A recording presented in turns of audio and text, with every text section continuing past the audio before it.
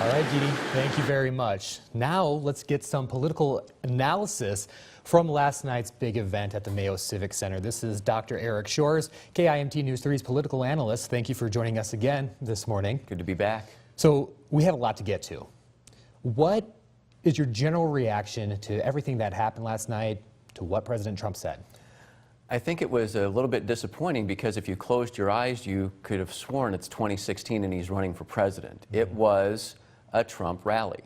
Yeah, it was a campaign event. There really wasn't any meat. It was a great, enthusiastic crowd. It was a very impassioned speech. And one thing about President Trump that you can say, he's not boring. He can deliver a speech. He delivers it with passion. He gets crowds riled up, and that was essentially what he wants to do. He needs to get people to turn out to the polls, and that's what last night was about. But as far as anything new or noteworthy, there wasn't really a lot there for us to pick apart. It was a Donald Trump speech. Yeah, definitely a lot of chanting, a lot of excitement, just really ramped up the crowd. So Minnesota traditionally is a liberal state. One of his goals of just being here yesterday was try to turn the state red. Did you think he had an effect? That's a tough one to call simply because when you talk about turning something, are you looking at it where suddenly we're going from a liberal state to a conservative state moving forward? I doubt it.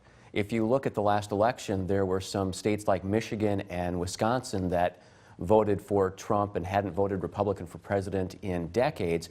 Could I see something like that happen? Potentially. He almost won Minnesota in 2016. But there's a big difference in Minnesota because you look at Minneapolis-St. Paul, which is the largest population center of the state. That's liberal. A first district here is much more conservative, and Trump won by 30 points. So there's a big difference between, can Trump turn the first district conservative? Absolutely. But can he turn Minnesota to a red state? That's a tougher order, and I don't know if he gets that done. But that's a conversation for him in 2020. Right now, he's got to get Hagedorn elected here.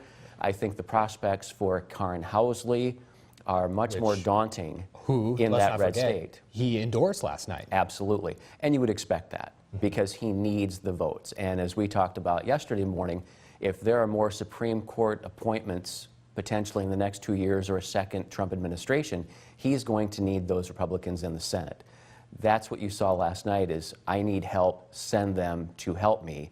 Now we'll see if he can carry that through to have people turn out. Again, Jim Hagedorn, that's a much easier proposition than a Senate position, which then is voted by statewide, and your population centers, which are more liberal in the Twin Cities, may outweigh a first district, et cetera, where it's more rural, less populated. Dr. Eric Shoars, thank you very much for your insight. We'll be seeing you again in about a half hour, and that's when you're going to be talking about what you kind of felt was missing from last night's rally. All right, let's send things